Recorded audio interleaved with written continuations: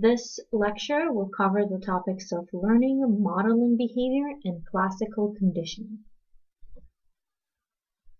So, learning is any relatively permanent change in behavior that can be attributed to experience. Cognitive learning refers to understanding, knowing, anticipating, or making use of information of higher mental processes. Human beings are capable of more complex forms of cognitive learning, such as learning a written language. And this is what distinguishes between us and animals, for example. They are not capable of learning written language, and human beings are. So we possess the ability to cognitively learn. Observational learning is learning achieved by watching and imitating the actions of another or noting the consequences of those actions. So for example, people and animals in this case can learn new responses.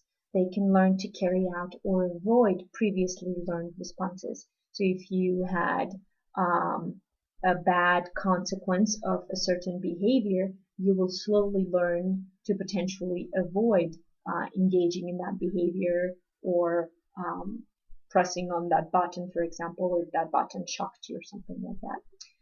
Learn general rules that can be applied to various situations. So we potentially learn that we need to look right and left before crossing a street. But it's not just that particular street, it's any street. So that potentially is a general rule that we learn that might apply to various situations.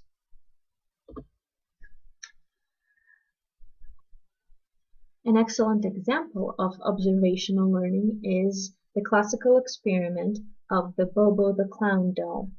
So what happened was some children saw an adult sit on the doll, punch it, hit it with a hammer, or kick it around the room. So pretty much aggressively behaving towards the doll. Others watched a movie of the same actions. And then there was another group that actually saw a cartoon version of displaying the same aggression. What happened was, later on, children were frustrated by having some attractive toy that they were interested in taken away from them. And as we already noted, is that a big element of aggression is having a frustration happen before that. So then the children, being frustrated and on the verge of potentially behaving aggressively, were allowed to play with the same Bobo doll that they saw the adults or the movie or a cartoon engaging with. What happened was most of the children imitated the adult's attack. Some even actually added new aggressive acts. And what happened, this is an example of observational learning. They saw, they watched and imitated the actions of another and noted the consequences or potential lack of consequences in this case and decided to engage in the similar matter. The media, for example, is a great example of observational learning. So children or adults or young adults engage in viewing potentially violent media elements or playing video games. And what happened is the children who watch a great deal of televised violence are more actually prone to behave aggressively. Makes sense, right? Similarly to the Bobo doll experiments. Also, they found that repeated exposure to the media violence may desensitize people. So people are less likely to react negatively to violence. So because they're so more likely to see it on a daily basis, they're much more exposed to it, they're less likely to actually respond to it in a negative manner because they got used to it. The video games, potentially the competitiveness, the difficulty, or the pacing of the game can influence aggressive tendencies, even more so than the violent content of the game. So it's not necessarily that kids shouldn't play violent video games. It's other components such as whether it's a competitive game or a game that they need to collaborate with other people, the difficulty of the game, the pacing of the game, those elements can actually have a greater influence on children's and adults' aggressive tendencies rather than whether the game itself has portrayals of some sort of violent content. And the third type of learning is associative learning, and it's the formation of simple associations between various stimuli and responses. And there are two types of associative learning: classical conditioning and operant conditioning. For today, we're going to talk about classical conditioning, and tomorrow we'll talk about operant conditioning.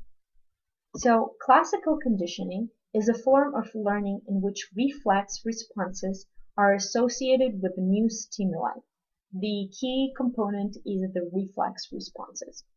So before classical conditioning, or in any case, if you present the food, any food, well, if it looks delicious and smells good, to a dog, the dog will start salivating. So this is the stimuli, and this is the response. Then you start introducing, okay, you start ringing a bell.